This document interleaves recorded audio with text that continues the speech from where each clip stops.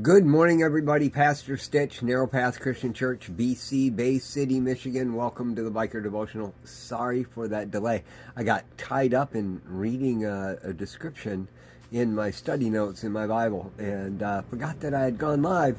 You know, sometimes you're just going to have to forgive people for getting wrapped up in something else when they should be right there in front of you. You know, it does happen, doesn't it? We're having a conversation with one another. We're talking, and all of a sudden, I'm off in a different direction. Now, let's be honest. Let me be honest. A lot of times it's because you said something that I have to respond to, or I feel I have to respond to. I don't really have to respond, but I feel I have to respond to it. And so I have to run that over and over and over again in my head because I'll forget and I won't be able to respond to that. And it's important, or at least that's what I've told myself. You know, that is crazy how we do it, isn't it? But I've learned that if I'm looking you in the eyes, and I see you, I'm less likely to run that tangent. What's that got to do with what I'm going to talk about today? Probably nothing, other than the fact that I had allowed myself to come over and see something and go, oh, I had never seen that before. I wonder where that came from. Sometimes the distraction isn't about a response, it's just a distraction. Have you ever noticed that? This morning, as I was reading in Proverbs chapter 30, I read verse 1, and I've read it hundreds of times, and it's a simple thing. The words of Agar, son of Jacob, a prophecy, the man's oration to Ithel and Ucal. So this guy, Jacob, is telling something to Ithel and Ucal. Why does that need to be there? Why is it important?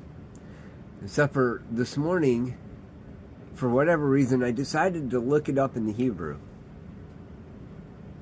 Never done that before for this verse. I've looked up lots of stuff in the Hebrew before, but never this verse, because all it is saying this guy gave a prophecy to these two other guys.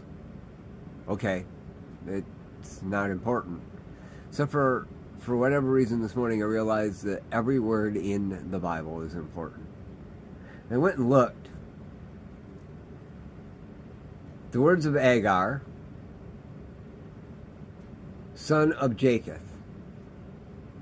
Agar being words. The name Agar means words of sages or smart people. That's the way I'm going to translate it into my brain English. Son of Jacob. A fancy name. I didn't know this. For Solomon. It also means one who obeys. A prophetic word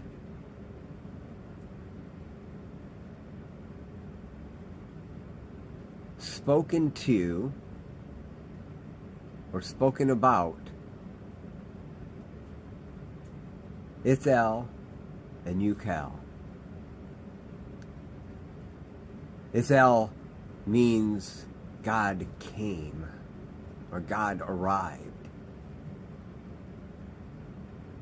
And Ucal means destroyed.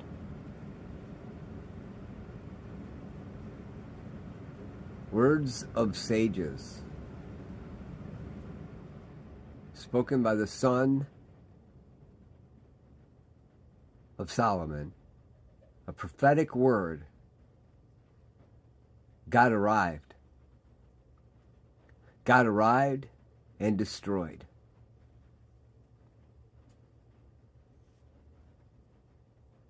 That's a scary statement, isn't it? And yet, the son of Solomon goes on and says, I don't have a whole lot of understanding. I don't have a whole lot of knowledge. I don't have a whole lot of anything. And I still want to learn and grow. I mean, I don't even know the name of the one that created all things or his son. But I know this in verse 5 and 6. Every word of God is pure. His shield is to those who take refuge in him.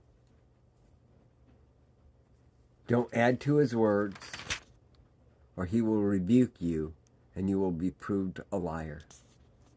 You know, sometimes digging deep can run us off in rabbit trails, but sometimes it can just be a reminder that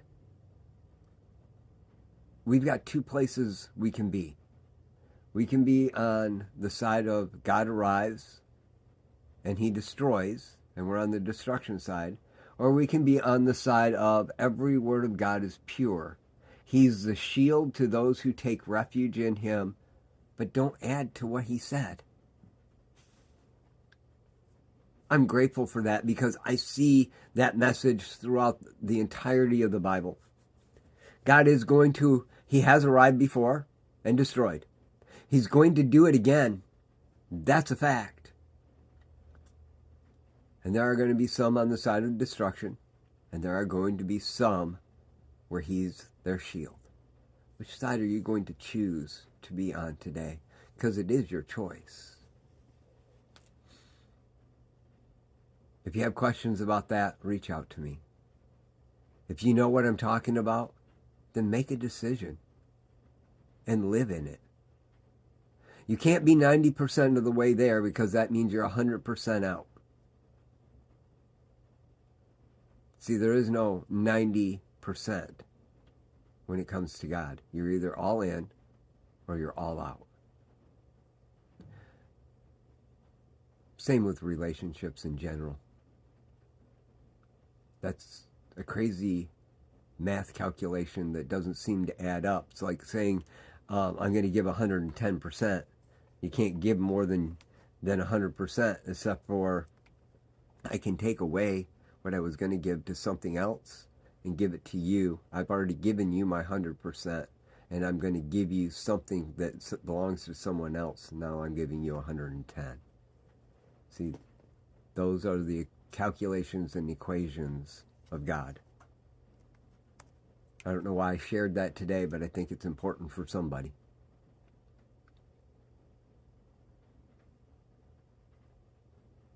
Words of the sages, spoken by the son of Solomon.